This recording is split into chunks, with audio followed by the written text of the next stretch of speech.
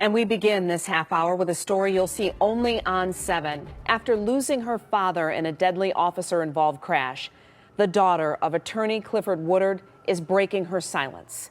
Thank you for staying with us. I'm Glenda Lewis. And I'm Alan Campbell. In a one-on-one interview with our Simon Shaykat, Woodards' daughter talks about pursuing accountability after this tragedy. The daughter of prominent Detroit attorney Clifford Woodards says more than 2 months after his death, she still received no answers in the case, something that continues to delay healing and closure. Initially, I was relieved to hear that they were taking this investigation seriously. 2 months after the fact, that faith in swift prosecution is diminished, to say the least. As she copes with devastating loss, Melissa Connolly Woodards is speaking out about what she calls a lack of accountability.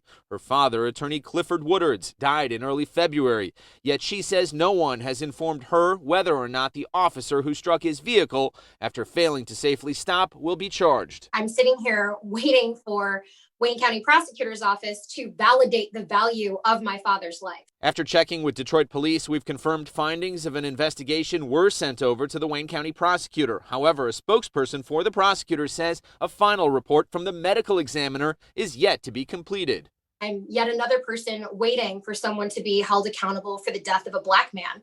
And frankly, it's an all too familiar narrative in this day and age. The grief process is difficult to begin with, outside of adding on this extra layer of waiting. Attorneys Arnold Reed and Arnold Reed II represent the Woodards family. We were informed that the day after Cliff's unfortunate passing, the autopsy itself was complete.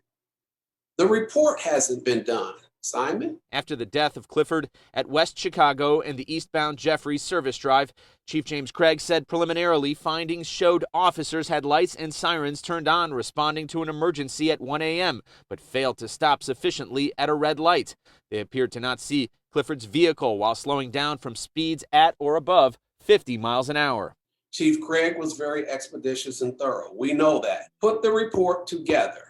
Put the report together. A spokesperson for the medical examiner declined an interview with us, instead telling us by phone the report is simply unfinished, without an explanation why. A client and her loved one was lost. That's a very serious matter. I cannot imagine how long this would take if it was someone who was less well known in the community. We've also learned the Wayne County Executive's office is working with a medical examiner to find out how this process can be completed as quickly as possible. In the meantime, attorney Arnold Reed telling us they'll also be pursuing justice in the civil court.